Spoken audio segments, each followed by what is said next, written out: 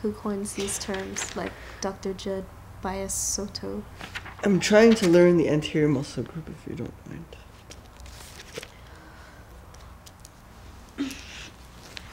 What'd you do this weekend? Ow! Hang out with two goofballs. Had a nice conversation yesterday. In the rain. At Diedrich's Coffee. You know, I finally understand why people go get coffee. Why is that? I don't know, I never understood it, but when you're just there, it's pretty cool. Never pictured myself doing that, but... So I had to... I went into the bathroom, but I was talking to you in the bathroom, because every single room was occupied. And then, like, I couldn't talk to you in the living room. What happened to your Russian stretching? I'm taking a break. I've been studying all week. Lazy. Lazy. My final's not till Wednesday. Oh, hold on. Hold on. Stop. You're gonna stab me with your pen. Hey. Stop. Come on. I'm so tired. Hey, go to sleep. Oh, take a break. Take a break with me. For 5 minutes. No. You don't even hug her, do you? I do. She's so cute. It's just whenever I'm sleeping, I throw everything off the bed anyway, so. I hug Pumkin Little. You know, I had a dream. I was like WWF wrestler. I threw a pillow across the room. The Rock. While I was sleeping. And then when I woke up, I was wondering where it went. It was like by my hamper. I'm like, okay. Pumpkin, the only thing you can wrestle is this thing. Yeah, right. Kick her ass any day. Hey. Kick her ass any day. I hug Pumkin Little every night. Why is that you can't hug her? Huh? I do. Poop. Come on. Oh, stop. Goofing off. I just want to rest for a little bit more and then I'm going to go home. Okay?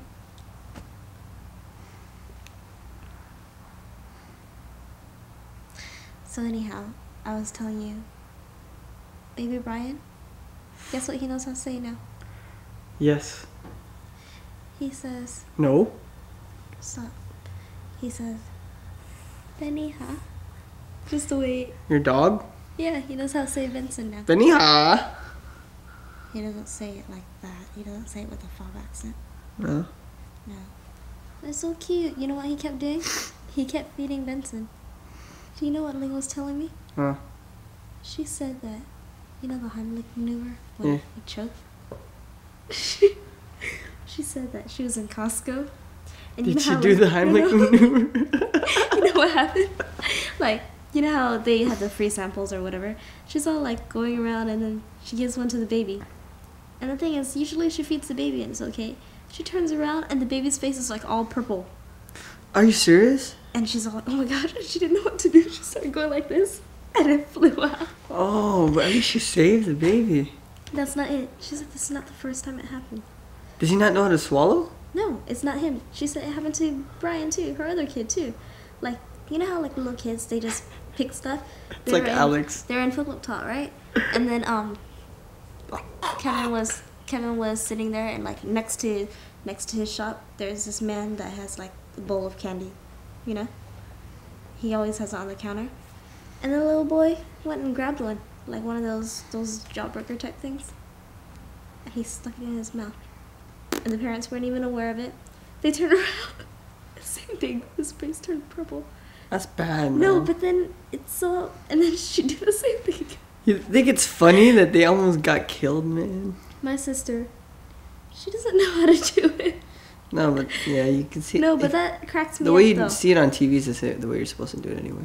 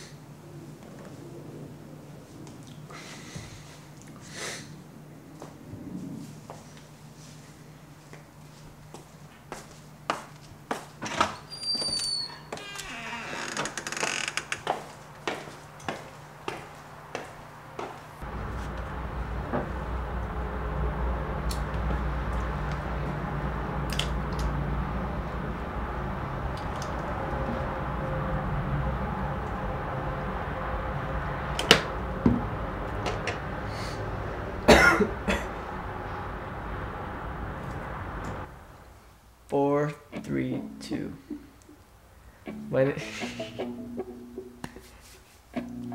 name is Michael Don Cordia. I am 24. I live in Irvine and have so since I was about 9 years old. Graduated from UC Irvine last year. I got my degree I got a BA in psychology. Been dancing since 8th grade. Started dancing because it was a thing to do in 8th grade. Yeah, it's probably one of the most memorable times in my life. I remember first learning windmills on carpet, on that pink carpet that looked like ground beef. Just had that open space specifically for the fact that, you know, as much as my parents wanted to put a coffee table down there in the middle of the living room, we wouldn't let them because we'd always, you know, we'd set up the music, or, you know, at the hypest days, we'd have Ricky Parham's one turntable with his parents' records from the 80s and 70s. Like, we had like 3 records. We just play them over and over again, mix it to the radio, scratch, pretend like we were in the club. You know, 8th grade, you got your bikes, right? But you can't carry a big fat piece of linoleum and a boombox on your bike. So we mobbed out like all the people from school, everybody who hung out, you know, which was tight. And we just walked over there, carrying the cardboard with our crew, like Anthony. Anthony was really he was into writing too, and kind of all elements, all the aspects. So he'd put OSB, you know, old school beat on the cardboard. I remember that because I remember when I did a head spin up with my beanie, that paint of his came off onto my clothes. Pretty much quit dancing by probably the middle of freshman year in high school. I didn't even realize it till I thought about it later, but that summer, dude, freshman and sophomore year were really transitional. I didn't see how much I changed within that summer. And that solidarity, that unity, when I met from those guys I met with John and stuff, they were just into like partying and stuff, and then they started like some party crew or whatever, and so I was like, oh cool, you know, and I didn't really want to be a part of it at first. And a lot of them were like, how old was I? I was like 15. Some of them were like 19, 20, and they had cars.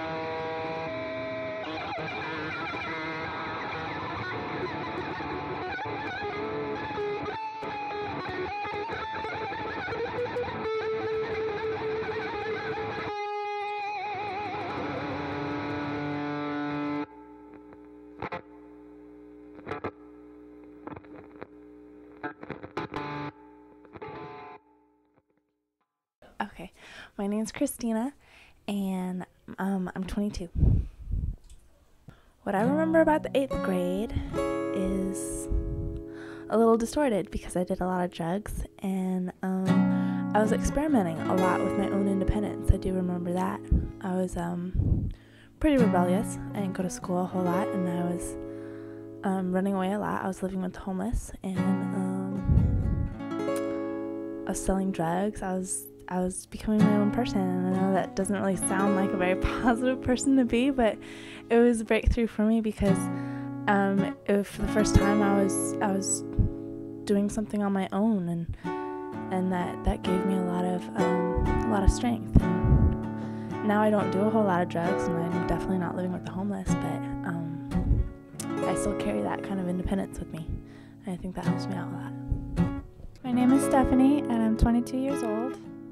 Okay, 8th grade, I was in my home ec class with, sitting at a table with 3 other classmates, and there were 2 guys and 1 girl. A girl was sitting next to me, and 2 guys were sitting across from me, and at that time, all of my girlfriends were wearing bras, and they, although they didn't have anything big, they still had something, and I didn't have much, but wanted to join in on the fun of being a girl and entering into womanhood. So I was wearing a bra and had padding in my bra, and I was sitting in home ec, and we were all messing around, and the guy sitting across from me asked me what,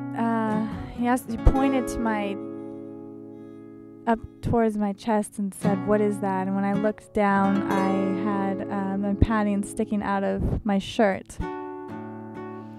And at the time, I believe I think I told him that it was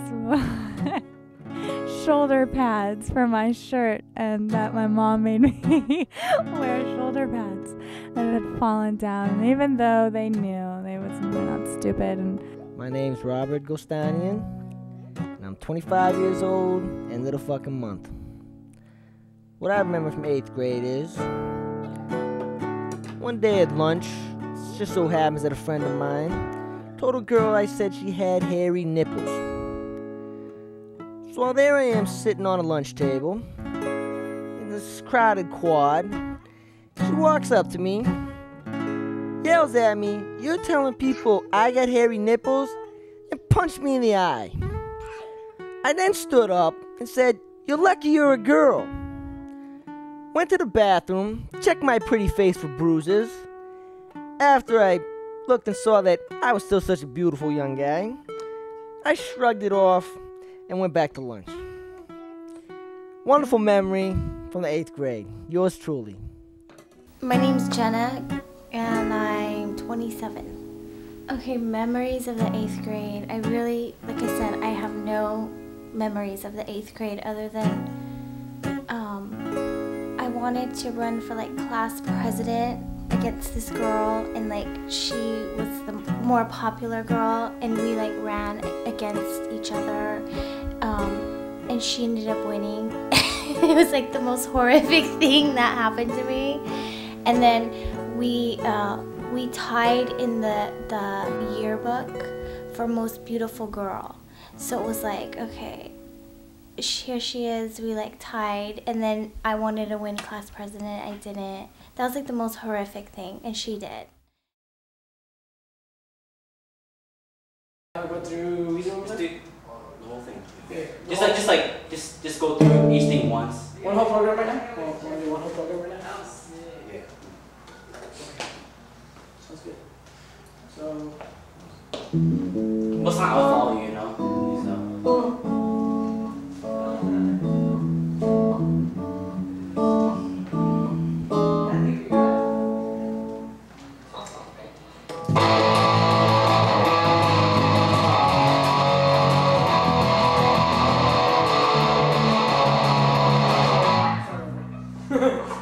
Sorry.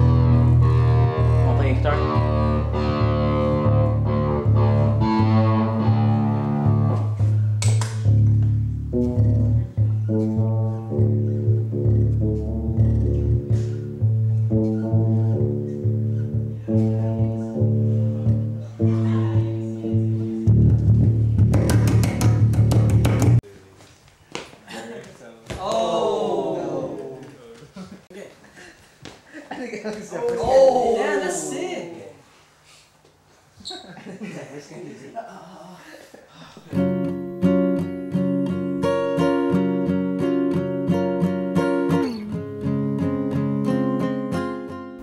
what do you guys do on Friday nights? Friday nights, most of the time we hang out, play video games, but a lot of the time we break dance. And they could take everybody around, and then they were always down to do that. They'd pack like 12 heads in like a Buick, you know. But then it was always about like everybody hanging out, having fun. I didn't realize it, but that group I was hanging out with, like, that's when John was going through a lot of stuff too. I mentioned John a lot too because John was a really good friend of mine since like 4th grade, you know. He said a lot of times he was always doing his own thing. I was always doing mine. But at the same time we were always real cool with each other. So I looked at him because I could always see in him this kind of confidence, you know, no real insecurity about where he was headed or what he was doing. But like I said, you know, I didn't realize at the time, but he was just as lost as I was, you know. I mean, at that time, he got into a lot of bad stuff, had run away. And then I was just hanging out, that summer I was hanging out with, you know, I had, you know, every reason, you know, not to be in that kind of environment, but I was, like, hanging out with runaways, you know, hanging out with a lot of druggies, you know. But I never really, you know, I never did any of that stuff because, you know, it wasn't my thing. That's one of the things that, like, I'm proud to say, like, I stay true to. It's weird because you see these guys who are 2-3 years older than you, and they are the nicest people. They have the biggest hearts, you know. Some of these guys are, like, really tight, look out for you, you know. And that whole situation, eventually that crew turned into a gang, you know. As much as, like, I didn't want it to, and, like, as much as I cared for everybody else, you know, it did. And, you know, I was kind of blind to see it, but the way they all looked at me, though, they looked at me as, like, what, the nice guy or the dancer, because I still danced. And that's where they got my name, whatever. They called me Sayao, which means dance in Filipino. But they respected that, you know what I mean? And they respected that I did well in school. But it was hard to see them go through that transition from just a simple party crew. I mean, as a party crew, like, we went out to a lot of parties and it was real cool. You know, we're always cool with a lot of people. It was just a lot of fun, but, you know, what happens when you mob out with, you know, 5 cars of Asian people out to any place, and you see 5 cars of other Asian people at another place, shit just goes down, man. Shit's not cool. Is there any way to make the cock stronger? Yeah, you know, it looks weak. It looks really weak, yeah. Oh, you don't even have to put that in. Yeah. No, it's pretty cool though. It's cool. You just need it more. Right? Look. Because the routine was really dope, but you just need a stronger one. No. Just go off. Yeah. Stuff magazine or something. Ending. How do we end it? Yeah, the ending. Let's fix the ending. Yeah, fix the ending. Are you guys gonna try to do something like? Tell Hui might get up in the middle. Everyone, just go up ideas. Well, after the. Can someone Wow. give me tips on how to make this cock look real? Get closer to him. Make it bigger. Try not to bend over either. You want me to? He's like this. Yeah. Check it out. Up higher.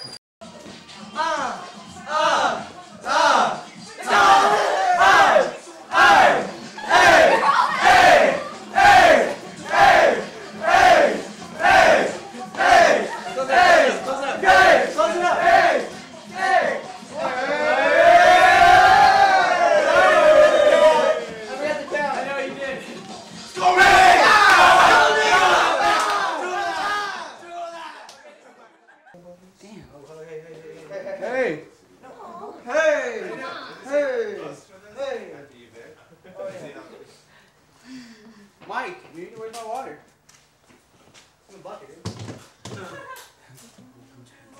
looks like a cha-cha line. And then you got the blues in the background. Is there a water bottle over there by any chance? That's it!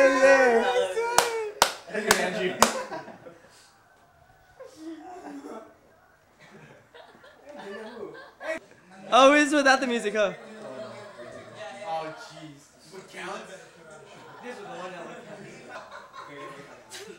Hey! Kuya.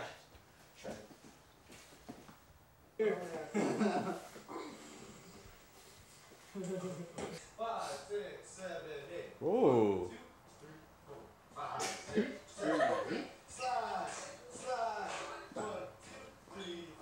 Kenny.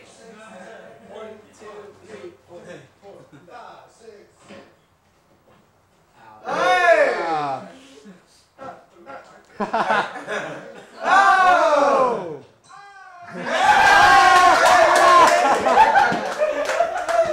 All that shit happened, and I didn't see what it was, man. I couldn't see that it was just the kind of, it was the people I was hanging around. Couldn't see that it was just the whole attitude I was carrying with me. I mean, I wasn't out to start trouble, you know. I always tried to be nice to people, but I mean, whenever you're affiliated, you know. You just get into trouble. You know, it's crazy. Some of the nights I was just lucky, man. One night, I was gonna meet them at Corona Del Mar for a bonfire, and but I had to take care of some stuff at home, so I was gonna take off, and they were all there already, and then I was on my way there, or I was about to leave to go there, and then they gave me a call and they said don't come. Turned out they got into a fight there, and just people got shot. To make a long story short, though, man, some of those guys that I said had the biggest hearts, and I know are real good people. 3 of them right now are locked up in jail until 2010 for attempted murder. You know, and I'm just blessed. I'm really blessed that I never got in trouble for that, man. I got into cars, you know. I got into cars a lot, just as a hobby. But in a way, in the back of my head, I kind of knew that getting into cars would step me away from that. This was the same time that a lot of them, my closest friends were probably Soleil and John, got into a lot of really bad stuff, like tweak and stuff, and the friendships just couldn't be stable anymore, man. I couldn't see them doing that to themselves, and they were just addicts, man. They were gone. They were far gone. That's why to this day, like, not so much John, but more so Soleil, like me and him have never like repaired our friendship since then, you know, because one night we just got into a fight, like really almost got to a fight, you know. Just 2 of the bigger guys just picked us both up because we're small, but you know, they just wrapped their arms around us because we started to just box, you know, and it was a lot, it had a lot to do with the drugs, man. Stepped away from it. Why? Got into cars, started getting into stuff. This whole time though, I was always into school, just the academics, I guess, part of it, and I was always really cool with a lot of people at my high school, and you know, I never got caught up in the high school scene at Woodbridge, but a lot of the people, really a lot of quality people, man. The white boys were always tight, man. The surfers, the jocks, you know, I was always cool with all of them. You know, you had, you know, the different cultures, you know, everybody I was friends with, and that's pretty much how I liked it, though, man. That's something that I tried to carry with me to college later on, but yeah, big part of it was meeting Dan, and then Alex. Started hanging out with Alex my junior year, was it? Started playing ball with them, and you know, going to car shows, you know, just hanging out, playing video games. So I still do that to this day, man. It's kind of nostalgic, but still, it's the same shit, man. Come over, eat, play video games. Come over, play video games, eat. Same old thing, man. It was something we've been doing since then, man. And like I noticed with him, like he shared the same thing I did, man. Like at the time, like I was really teaching myself. My brother taught me a little bit of piano, but I was trying to elaborate on what he taught me, and started teaching myself to play by ear. So I really started to try to write music, and Alex could sing really well, and then we were trying to sing together, like as a group, trying to get one of those little Asian pop groups started. You know, not really, but it was really, and we performed. You know, we performed at Woodbridge, which is really tight. One of our original songs, and we had some of the music. We had laugh. No, it's those little things though that like started to show me that there's other dimensions to life, that you don't want to just get caught up in one page like a lot of like the old homeboys did, whatever the homies from the gang got caught up with. You see that there's another page to life. There's so many different dimensions.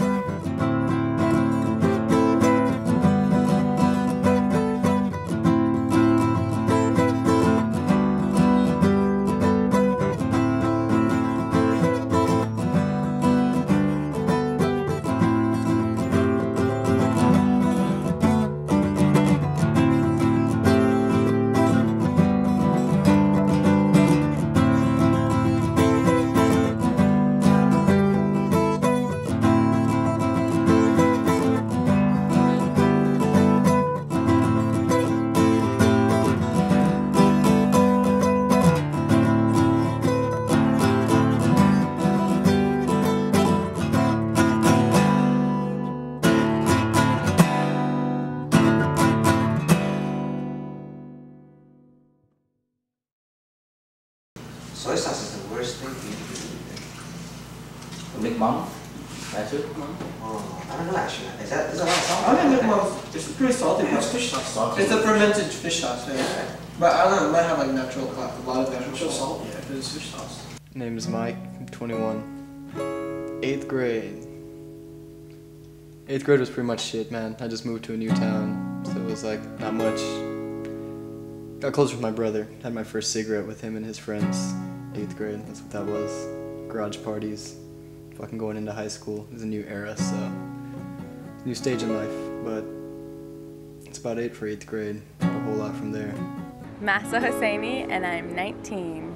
I guess it was the middle of 8th grade. I wasn't ever very popular, but I was very loud, so everybody knew who I was. Basically, there's like Masa. Just leave her alone, she got emotional issues, it's cool. And one day we walked into math class, I'm sure it was 5th period math. Some girl wasn't sitting up in the front, so I decided to take her seat. The girl next to her, for whatever reason, Korean girl, just moved from Korea a few years, tells me to get up and leave, because that's her friend's seat. I'm like, but she's absent, and I like to sit in the front too, you know? I think every student deserves a chance to learn. Or maybe I was just trying to start some shit, I don't know. But for whatever reason, I wouldn't back down, and usually I'm chicken, but I wouldn't back down. And I'm like, I'm not leaving, so there.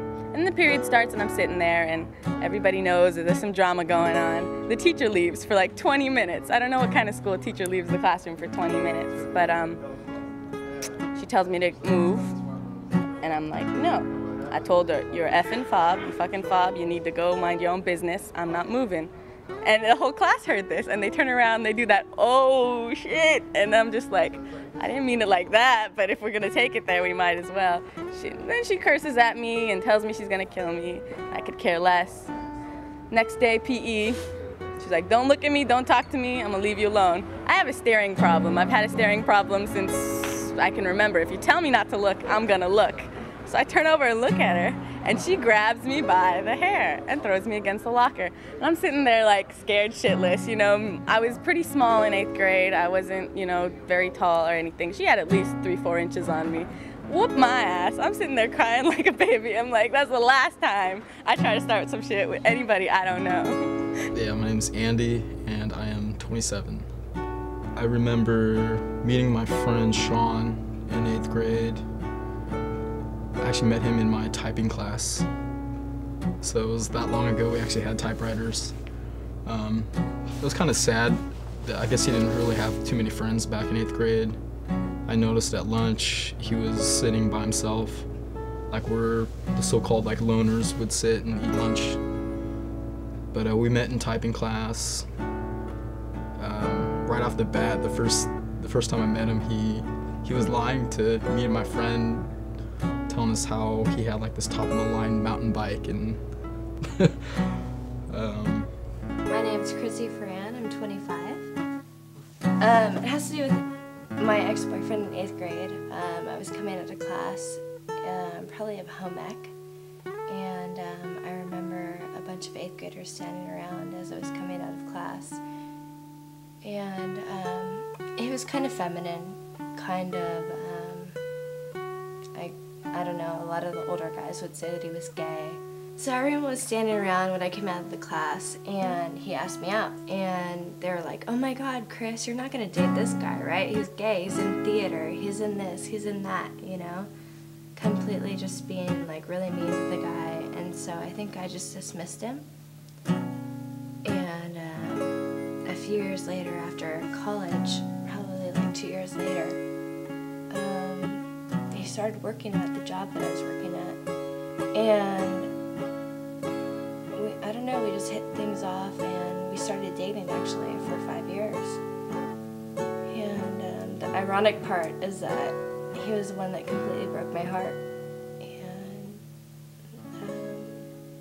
that's about it. That's all I really remember of junior high or 8th grade.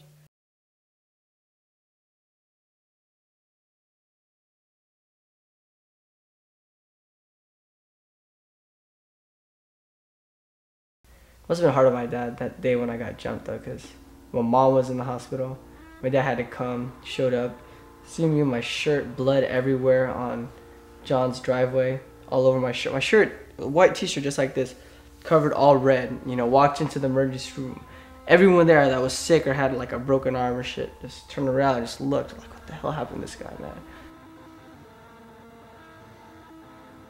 Getting into school was just amazing. I was just really happy. I felt like things were looking up. But once again, man, shit fell, you know. By this time, though, there was like a defining moment where, with that gang or whatever, where I hadn't hung out with them in a while. I'd been kicking with Raul, Alex a lot. And then I went back to hang out with them at Corona for a bonfire. It was just always at Corona Del Mar because it's free. And everyone was broke. And they just go jack steaks. Besides the fact.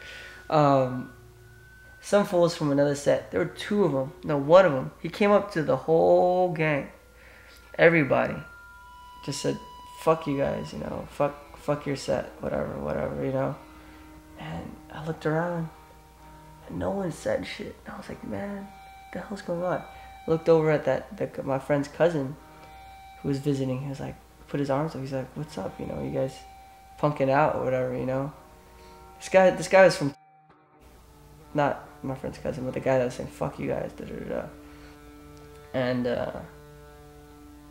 no one said shit. I don't know what happened, but I just fucking snapped. I'm all, hey, fuck you. You know, it wasn't in me, you know, but I said that shit. I'm all, hey, fuck, you know, fuck whatever, you know. I said to his face, and that, you should have seen that guy's fucking eyes. He was gonna kill me, alright? And I didn't feel like anybody had my back except Dan and Alex. You know? That's all I felt. Got back into breaking my 3rd year in college. Joined that club, Uniting Voices. That's when the breaking club first started. And it's almost like I started like a new life, you know? Just getting involved in college, everything. But as far as a lot of things I think about though, man. That 3 years though, from when I started getting involved with everything, I learned a lot about life. I saw finally that there were so many different things. That's when I started getting into so many different things. Got into snowboarding, got into music, started playing the guitar. That's when we started playing the guitar. That's when I started playing the guitar. It was cool. My brother and I weren't really close early on, but breaking is, you know, because we had that, it's one of the reasons why we got really close. And one of the reasons why I think we've all kept it together too. We've all had that in common, but not just that. Eventually it became its own kind of entity. Fridays were just tight because, you know, everything that week could just piss you off. You could have the worst week, but you can come out Friday night. Friday, it's actually like 4 o'clock when we used to bus before. I don't know how it turned into like this midnight madness shit.